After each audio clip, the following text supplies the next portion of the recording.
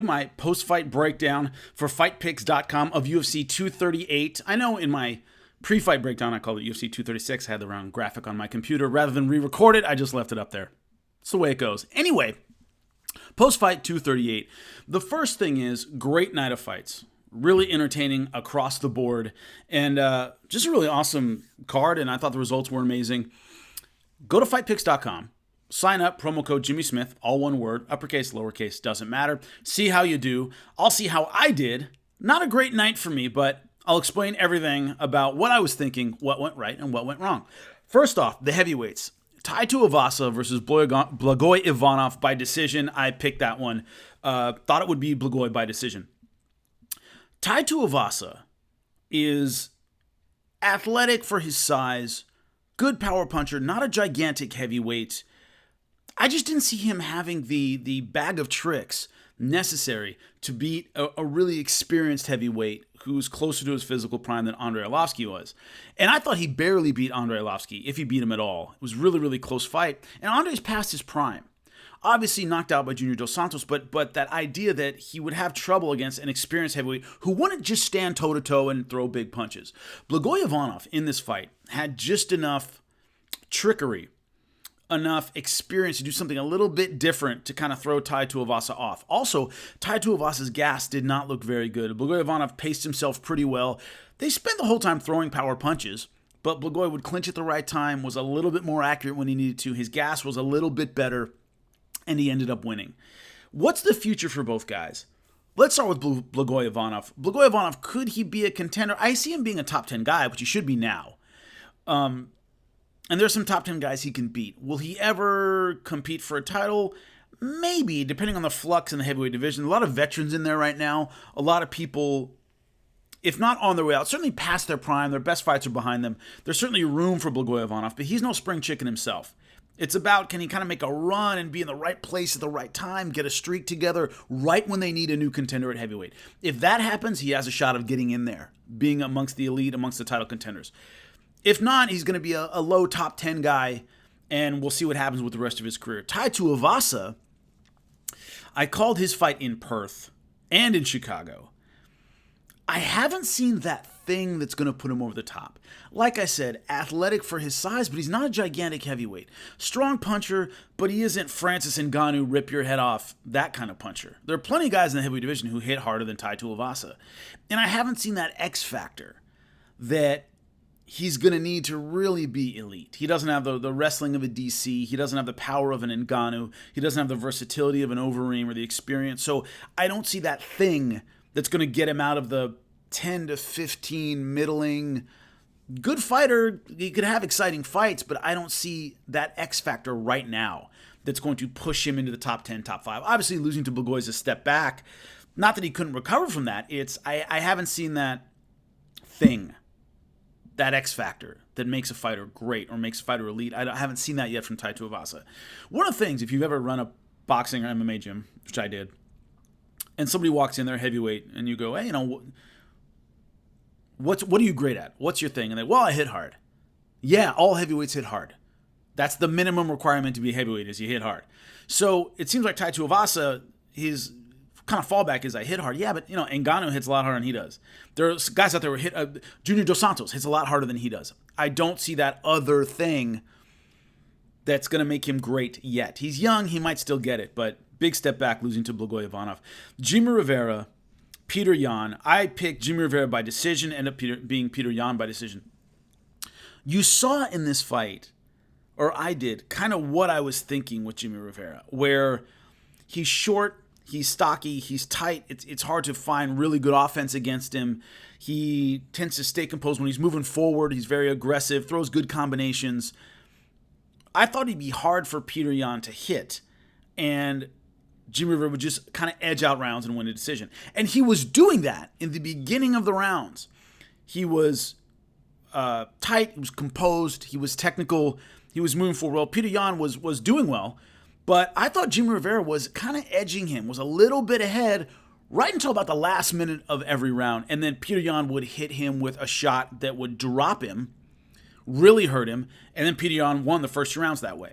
So I thought for the first 2 rounds, Jimmy Rivera was winning the rounds, doing everything I thought he was going to do, right up until about a minute left. And then he would get just plastered with a shot, and Petr Yan would win the round, which he deserved to. So that happened in the first 2 rounds, and that cost him the fight. So the frustrating part about this pick for me is Jimmy Rivera was doing what I thought he would do. He just couldn't do it for an entire round 2 times. And so he ends up losing a decision. Petr Yan obviously looked good, but hurt a guy who's generally hard to hurt. And I thought that was impressive. So Petr Yan moving forward 135 pounds. He's definitely going to be a factor in the division. Petr Yan moves into that contender status. Jimmy Rivera slides down maybe into that, started getting that fringe top 10 gatekeeper kind of status. We'll see where he goes. Donald Cerrone, Tony Ferguson. What I thought was going to happen here, and I had Donald Cerrone in the third winning this one, I thought Donald Cerrone would kind of get over that hump with this fight. What I mean by that is he had always had trouble with fighters like Tony Ferguson. He had always had trouble in fights where kind of everything was on the line. Winner gets a title shot. There's a lot of weight on his shoulders. He never dealt with that well. So those 2 factors worked against him, and I knew that. But I thought Tony Ferguson with the layoff his timing might be a little bit off, and in the Pettis fight, he had a lot of damage. He just seemed to walk through a lot of shots. And I thought he didn't want to do that against Donald Cerrone. That Donald Cerrone would start faster than he normally does and finally kind of get over this issue he's had with tricky strikers in really meaningful fights. And it didn't work that way. Donald Cerrone seemed stiff. He seemed hesitant. He seemed a little unsure of himself in round 1. Did okay in round 1. But in round 2, Tony Ferguson really started heating up and Cowboy didn't. And Tony Ferguson fought a great fight. He was versatile. He was tricky. He was accurate. Chin looked great. It looked like a great Tony Ferguson versus a Donald Cerrone that was kind of having trouble pulling the trigger and finding his range. It looked like a bad Cowboy Cerrone versus a good Tony Ferguson. And Donald Cerrone's never going to win a fight as a bad Cowboy versus a good Tony Ferguson. Certain fighters, he can get away with that. He can't against Tony Ferguson. The controversy in this fight was Tony Ferguson at the end of round 2 landed a late shot right to the nose. And in between rounds, Donald Cerrone blows his nose, which, once again, if you ever run a fight gym, if you've ever been around boxing trainers, rule number 1, do not blow your nose if you feel it's bleeding severely, or if it's broken, it's a problem with your nose, don't blow it in the corner. Because what happens is, and boxing trainers a million times have told me this, when you blow your nose, sure, some of the force goes out and blows out whatever is in your nose. Some of the force goes up your sinuses into your eye. And if there's an eye problem in this area, it will cause a hematoma and you are screwed. Eddie Alvarez did this against Gilbert Melendez. For those who remember it, he blew his nose and his eye just was massive. Now, it didn't stop the fight. He ended up beating Gilbert Melendez. In this case, that eye was nasty. And he couldn't see out of it at all. I completely understand the stoppage. But rule number 1 was stuff like that. Every boxing and MMA trainer has always told me, there's a problem with your nose, don't blow it in between rounds. Don't blow your nose. It'll cause your eye to swell up. So, especially if there's a problem with the eye in that whole sinus area. So, anyway, that's what Donald Cerrone did. Should it have been a no contest or a disqualification? I don't think so. I think they made the right call. The shot was late, and it was to the nose. The nose was already a mess. Donald Cerrone had already taken a beating to the eye and to the nose before that last shot. Did it hurt him? Yes. Was it the factor that would then necessitate a no contest or disqualification? No. I think he'd already taken a lot of damage to the nose. The damage was already done. That last shot didn't help anything, but it wasn't the one factor where you could disqualify or call it a no contest. I agree with that call. I thought Donald Cerrone's nose was pretty beat up before then. So, great performance by Tony Ferguson. It sucks there's a little controversy to it, but great performance by Tony Ferguson. Looked fantastic. Moving forward, where's Tony Ferguson? Probably gets the winner of Poirier-Khabib. It's hard to keep him out of that fight. Might get one more in the middle there, maybe against Justin Gaethje to have a contender fight off or something like that. Dana White, non-committal after the fight. That's not strange for Dana White. He wants to keep all his options open. Also a guy who's had some personal problems lately. You don't know if he's going to go off the rails again. You want to call that your guy right now. Let's see a little bit how he handles this and make sure everything's okay. But Donald Cerrone, the same problem he's always had. Tricky striker in a high-stakes fight. And I did SiriusXM with Dan Hardy post-fight, which I love working with Dan Hardy. It's a lot of fun. And it's cool. I'm literally sitting in my living room. The pay-per-view turns off. I turn on my headset and we're on. It's really exciting. It's a lot of fun. Anyway, one of the things Dan talked about is Donald Cerrone likes to fight so frequently, partly because he doesn't overthink any one particular fight. He loves late notice fights. He loves just staying on the treadmill. I don't have to overthink a particular fight. And what Dan talked about is Donald Cerrone, mentally, that's kind of how he deals with fights. It's just another day. Don't overthink it. And once he starts overthinking it, he starts having issues. When the stakes are high, winner gets a title shot probably. He tends to overthink things. And you can see during the fight, he was kind of he wasn't flowing well. He wasn't pulling the trigger well. He didn't have a sense of a natural flow to his offense. Like he was thinking about everything he was doing. Tony Ferguson was just being Tony Ferguson. He didn't look like he was thinking about anything. Cowboy looked like he was overthinking it. And that mental hump, I think this is his last opportunity to really get over it, was the Tony Ferguson fight. And he's not getting any younger. He's been through a lot of wars. And this was his a chance at a title shot against that tricky striker who has always bedeviled him and been a problem. And he didn't do it. Now, can he have more entertaining, exciting fights that I will pay money to see? A million. I'll always pay money to see Cowboy Cerrone. But that could be the end of him as a title contender, simply because he's never really able to get over that hump of those big fights. So, still love him. Still think he's an amazing fighter. We'll just see if he gets another opportunity to overcome that, because it's always been his problem. But hats off to Tony Ferguson. Valentina Shevchenko over Jessica Eye. I, of course, picked Valentina Shevchenko to win. I thought it would be a decision simply because you don't get a lot of finishes at 125. Jessica Eye is hard to finish. Valentina Shevchenko, even though she had, for example, Joanna Jędrzejczyk outclassed, didn't finish her, was content to win a decision. That's how I thought it would go. And she knocked Jessica Eye out is maybe not strong enough of a word. A friend of mine, my broadcast partner for my podcast, Ryan Moody, texted me and he goes, I really thought we were seeing something dangerous. I'm paraphrasing. He texted me, he's like, dude, that looked bad. Her feet were clenched, her legs were tense, no idea what was going on. Her head snapped back off the canvas. That was a bad knockout. Bad. Beautiful timing by Shevchenko. Went to the body, went to the head. And if you look at it again, Jessica's hand is pretty good. A lot of times you catch somebody, they're throwing a punch and they'll drop their opposite hand.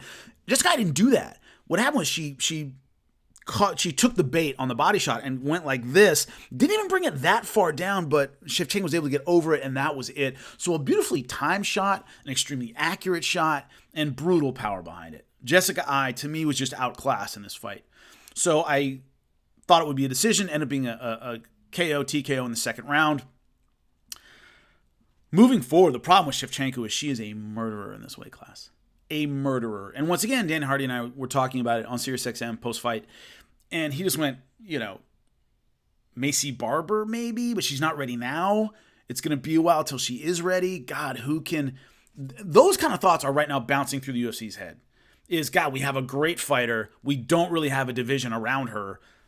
Who's the next warm body we can throw in there? It's a problem they had with Ronda Rousey, the problem they had with Cyborg. It's like that they're kind of having with Amanda Nunes is, man, we got to get a warm body in there. We have a dominant champion, but we don't really have the build-up around her. So I don't see anyone on the horizon right now who's going to challenge Shevchenko. She looked absolutely amazing. Jessica Eye is one of those things where she was in the right place at the right time. She was on a 3-fight win streak, which is good. There weren't any great names on that win streak, though. And before that, I think she had lost 4 fights in a row. So she just happened to have a win streak right when they needed somebody for a great champion. And every now and then that happens. You'll get a title contender where it's like, we need somebody. Hey, she's on 3 fights, we need to throw her in there. And she has a name. Jessica Eye has been around for a while. So she did the best she could, but she was outclassed in this fight. So what happens with Jessica Eye? She goes back to the middle of the division. I don't know how well she recovers from this one, because that's a scary kind of, they wake you up in the back and you have to get explained over and over, get it explained to you what happened. And that's a scary thing. And a lot of fighters are never the same after that. So we'll see what happens with Jessica Eye. But bad shot, real concussion, don't remember what the hell happened. I can really knock the career out of a fighter. I hope she does well, though. I like Jessica. Henry Cejudo versus Marlon Moraes. Another one. I was off. I picked Marlon Moraes in the 3rd round. And once again, for the first 2 rounds, it looked like everything I thought would happen in the fight. Marlon Moraes was bigger, rangier, really controlled range, was throwing excellent combinations, hands high, not really giving Henry Cejudo any offensive opportunities. And then in round 3, which is how I thought the fight would go up until Moraes landed a big shot. That was my logic moving in. I thought he really controlled the range and throw great combinations, which he was doing in the first 2 rounds. Round number 3, Henry Cejudo starts stepping in and throwing power shots, and Marlon Moraes' gas just went to empty. It was crazy. And Yes, eating power punches can wear you out and take your gas out. And Henry Cejudo started landing power punches, especially that clinch knee. He would just grab his head and throw a knee, and Marlon Moraes ate it every time, even though it was the same move over and over and over again. So Henry Cejudo started landing power punches, and then Marlon Moraes' gas tank just tanked. Well, that combination, the tide turned so dramatically in this fight. First 2 rounds, he was tapping him up. Not really hurting him necessarily, but accurate with his strikes. Henry Cejudo really didn't seem to have an answer, was stopping the takedown well. And then in round 3, it was like it just suddenly completely turned around. And that's incredible. Now, Henry Cejudo, an excellent fighter, extremely well-rounded, great takedown. We didn't realize, or at least I didn't realize, that his striking would be such a factor at 135 pounds against bigger, stronger fighters who can naturally take a shot a lot better than 25ers who are trying to cut weight. Even the TJ Dillashaw fight. Remember, TJ Dillashaw went down to 125. That was not at 135 pounds. A lot of people said, well, the weight cut might have taken a lot off of his chin. Marlon Moraes didn't have that excuse. He was a filled out 35er. He didn't try to make 25 and go down to Henry Cejudo and take that shot and go down. So Henry Cejudo, outstanding performance by him. Really, really great.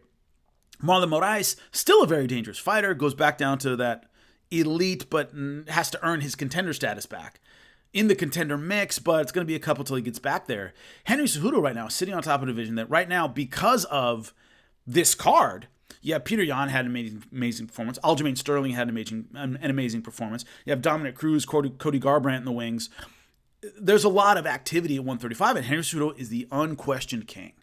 The unquestioned king at 135. And it's great to be king, especially in a division with a lot of challenges, where there is money to be made. And so hats off to Henry Cejudo. I thought Marlon Moraes would be able to kind of keep that rangy attack going the entire time, and he didn't. Suddenly went away in round 3. So Henry Cejudo is the champ, double champ now, but we'll see what happens to the 125-pound division. I think it's probably finished. But great job by Henry Cejudo. He's sitting atop a division where he might be able to, even if he doesn't reign for a long time, have some big fights and make some big money. And that's huge. That's exactly where you want to be, but hats off to him. Great night of fights. Once again, fightpicks.com. Jimmy Smith, all one word. See how you do. Have a great one. I'll see you next time.